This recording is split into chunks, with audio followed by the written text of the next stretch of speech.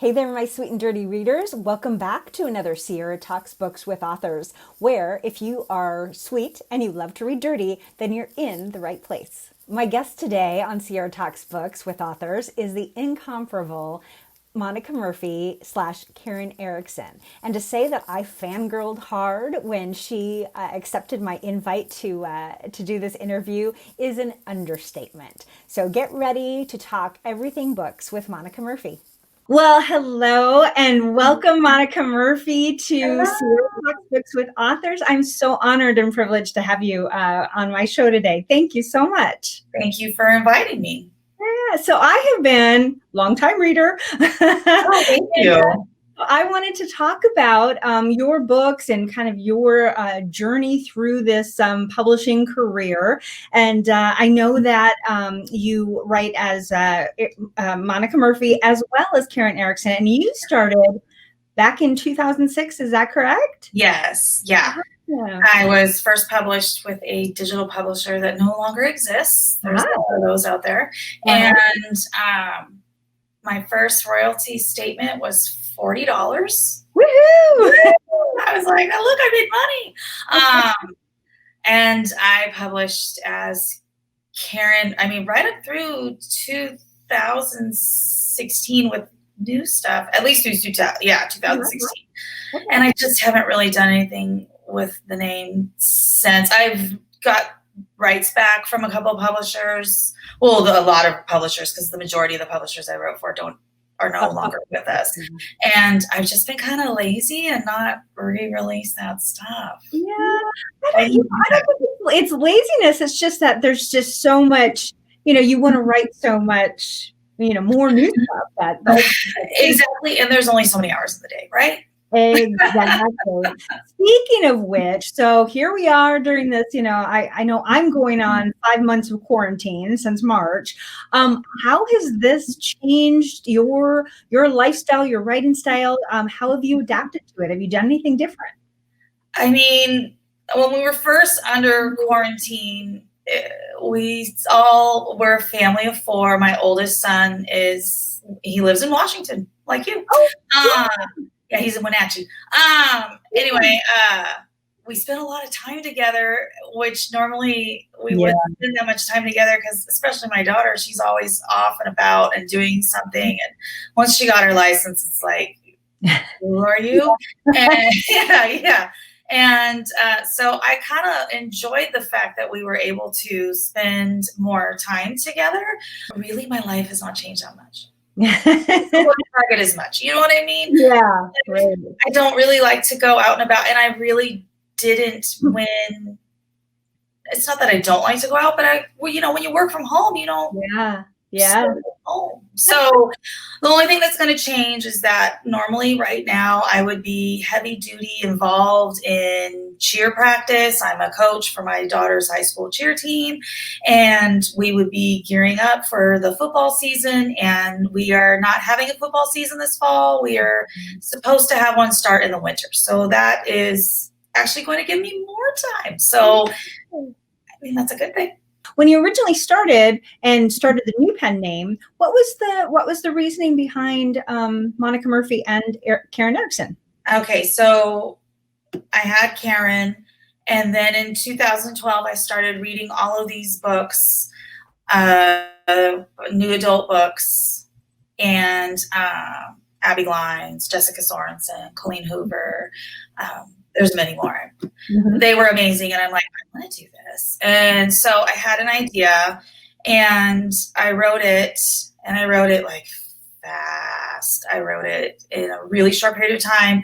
And when I was done, I realized, I don't know if I was afraid that if I released it, self-published it as Karen, because I always knew I was going to self-publish it. If I did it as Karen, I have a different kind of readership. Yeah. My main thing was, if it doesn't do well, then no one will know. And then it took off. It did way better than Karen's stuff ever did. 2013 was my most successful year, and I already had contracts and obligations as Karen to my old publisher. And then I sold the Woman Girlfriend series to Random House. After I released the second book in the series. I self-published the second book and then gave it to Random House. And so I had all these contracts. I believe I wrote 10 books that year. Wow. Would not recommend that. Okay. I was on that roller coaster through 14 through 15. And then I finally kind of slowed down. Yeah. And I really slowed down. And now I'm ramping it back up because I have college educations to pay for. Right. Right. I am not hybrid any longer. I am self-pub. I don't have any problems in considering being with another publisher again, a traditional publisher. But it would have to be like for the right deal, right kind of book, like something, if it was something like I couldn't do on my own, like marketing and whatnot. But, every once in a while I do think maybe I should write a book, but I probably wouldn't do something romance. I'd probably try to do something a little different. Okay. All right. Like, maybe like I've always liked thrillers. I love reading thrillers. I've written a YA thriller for Entangled Teen, and I loved it. I mean, it doesn't sound right, but I enjoyed all the twists and turns and the killing and the this and the that.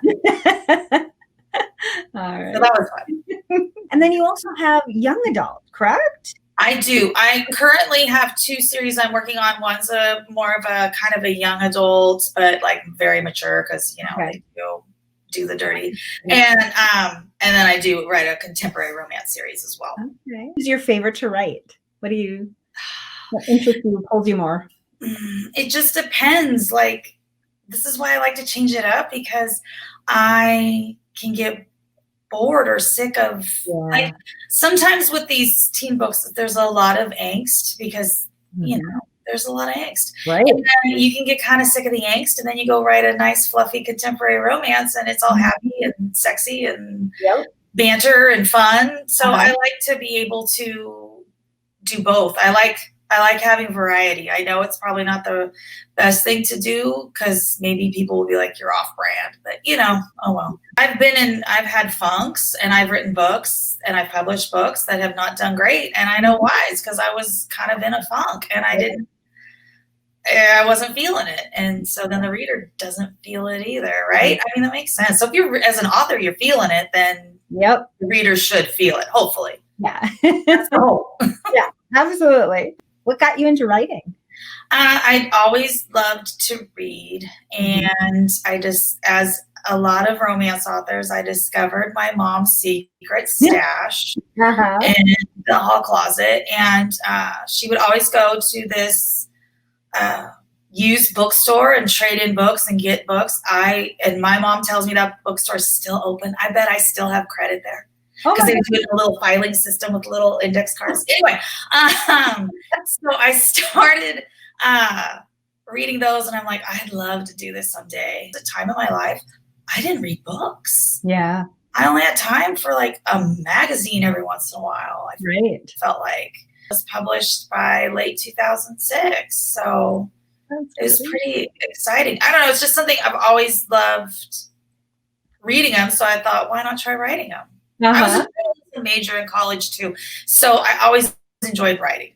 Yeah. Do you plot everything out? I know a lot of authors, they have their whiteboards or their walls filled with Post-it notes. Do you spend that kind of time doing that, or do you just start writing? I just start writing. I will plot out a tiny bit. When I wrote for publishers, I would have to write a synopsis. So I would have to, I call it more like an outline or a map. And I would, you get them from destination A to destination Z, but the B through Y, I wasn't quite sure how they got there. For me, I enjoy the journey and the discovery. And while I will have ideas of what's going to happen, sometimes things will surprise me.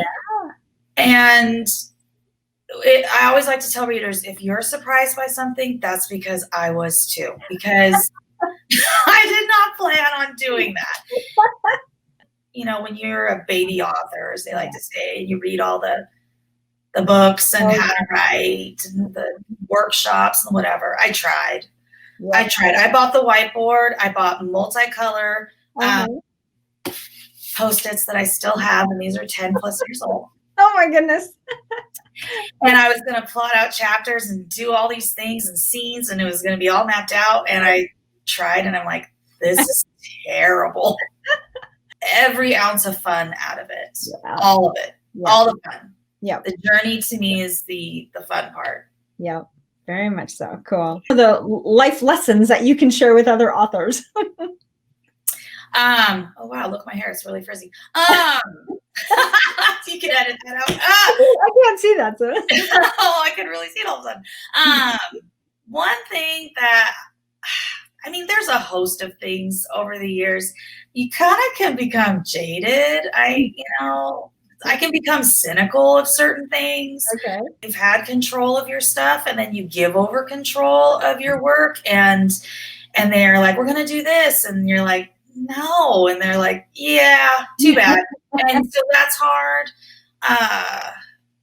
Things are always changing. That's another thing that I've learned. It is not a stagnant business. It is constantly changing. COVID, I believe, is really going to change it. You mentioned the audio book, and I read somewhere that by 2023, audio will likely be outselling, the digital ebook, which I believe it. I mean, yeah.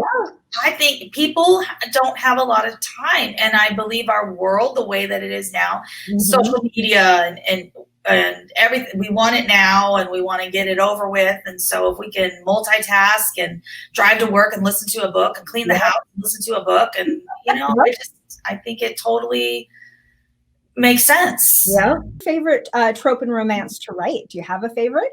Oh, I always go for a fake relationship. Yeah. I love it. Like One Week Girlfriend, right? Yes, and I've done it a few times after. I love a good fake relationship. I've also always really loved an office romance, but I feel like that with these times, meaning the movement and misogynistic bosses are not on trend. Yep. I agree. There's so many things now that we just have to be extremely cautious about when we write. It's like, oh God, and then you rethink something. It's like, okay, would that actually happen? Even though it's fiction, you still want it to be as close to reality as possible. So yeah, you don't want to offend the readers. Like I have older stuff that I'm sure. Your typical writing day, what does it look like? Are you productive in the morning, in the afternoons? Are you a late night writer? So I'm in this secret group, always called myself a binge writer. Like even when I was with publishers and they would give me a 6-month deadline, the last month is when I was writing the entire book. And I always just said, oh, that's just my style. That's just the way I am. Well, I really told myself this year, especially when I joined this group, if I can stay on track and do 2 to 3K a day, I can finish a book in a certain amount of time, and I won't feel all like tell my family on a Saturday, okay, I got to write 10,000 words today. I'll see you tonight. Yeah. That's the worst. Yeah. I tend to get the most words in the afternoon or evening. Okay. I don't know why. A lot of authors I know are fresher in the morning, and that makes sense, but I guess not me. So what part of the book is the hardest to write? And is it at the very beginning, that first 10,000 words, somewhere in the middle, or middle? Yeah, middle. I always know where I want to go. Most of the time I know where I want it to end.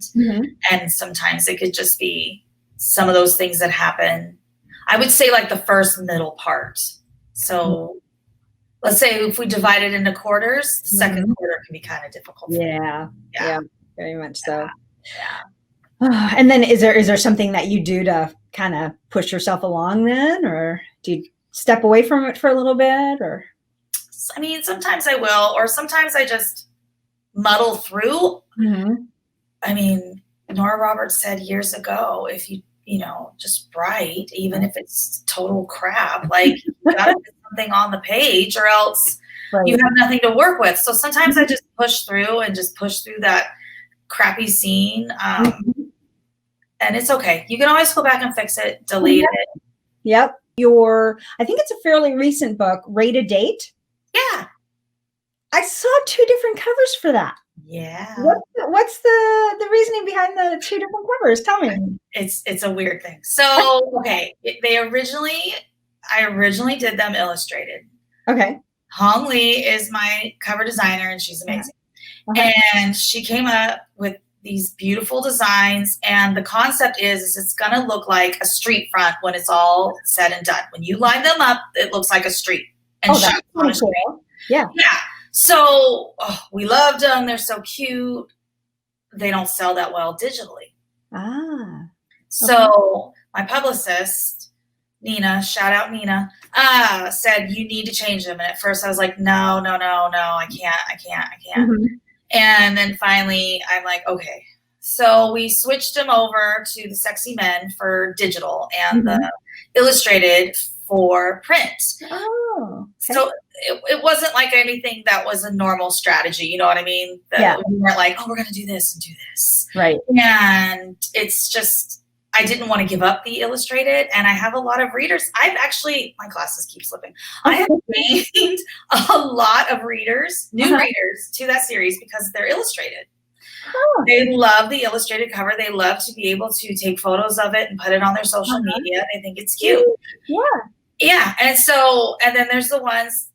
So Rate a Date is the first book that came out where my readers said, are you going to put that digital cover in print too? They love that cover. I do. That draws my eye. Yeah. Yeah. It's the hot dude in the football uniform and the really nice red background. It really stands out. And I'm like, okay, I told Hung, well, I think we're going to have to maybe do a limited edition cover on that one too. Okay. So it's been an interesting thing. Mm-hmm. But I love my illustrated covers, and I've done polls, I've asked people, and it's so interesting. Some people are like, I hate them. They make me feel like I'm reading a kid's book. Right. And then other people are like, I love them. I love them so much. So everybody has an opinion. Absolutely. Yeah. My book coming out in September is the longest book I've ever written. It is 120,000 words. Whoa. Yeah. That is really long. Okay, so it's an unusual situation. I've never done this before. So the book, it's from the Callahan series, which is the couple from 1 Week Girlfriend's children. Okay. Oh, how cool. So it's been kind of fun. So there's book 2, which was the COVID book, I'll admit, Falling for Her. And so everything that happens in that book also happens in Addicted to Him. It's the same timeline, but what is happening with his sister and her love interest. Okay. And so I had to have all of these things happen on the same timeline. And I would get to a certain point and I'd be like, but I still haven't done this, or this. Mm-hmm. So it just kind of kept going. Okay. And this is where I'll admit that readers don't even know this yet, but I left it on a cliffhanger. That book is still not, that story's not done. Uh-oh. Yeah. So it'll be a whole nother book about the same couple. But all right. So this is the Callahan series? Yes. Okay. Yes. And Addicted to Him comes out September 8th, and then the next book is scheduled for January, but it is not going to come out. January is going to come out sooner. So kill me don't mind that. Right. I think they'd kill me if I left it on a cliffhanger and then it was and you're not going to get it until January. Sorry. If someone is new to you, what would you recommend they start with? I mean, it would depend on what they like to read. If you like straight contemporary romance, I would definitely recommend my dating series, which is 5 books in. I have 1 more full book planned. And so Save the Date is the first book in the series. And that's what I would recommend to people to start. If they like the more angsty new adult, or they want to read a kind of a mature YA teen romance, they could definitely, 1 Week Girlfriend is definitely new adult. Close to Me, which is in the new Callahan series, is the first in that series. That is mature, YA kind of new adult. Those are the books that I would recommend right now as a starting point. All right. Awesome. Well, Monica, it has been a pleasure speaking with you. Where can readers find you? I know you have a website, a couple websites. Where would you recommend they go to find you? If you prefer websites, monicamurphyauthor.com. I am on Instagram, Monica Murphy author username. I'm on Facebook. I have a reader group. What's your group name? I'm sorry? What is your reader group name? Oh, it's so original. It's Monica Murphy Reader Group. Wow. I need to come up with a new name. I need to be more creative. We'll put all your links in the bio and description below. And again, I appreciate your time in spending time with me today, and and I look forward to reading more of your books. Oh, thank you so much. Thank you for having me, Sierra. This has been fun. And that's it, folks. Thank you so much to Monica Murphy for joining me on Sierra Talks Books with Authors. It was so cool to speak with her in person. I've wanted to meet her for years. I've read many of her books, and I hope you will check out her links below. If you haven't read a Monica book, make sure to pick one up. I know I have Rate a Date on my TBR and queued up and ready to read. So stay tuned for more interviews, more to come, and until then, make sure to be sweet, love hard, and read dirty. Bye.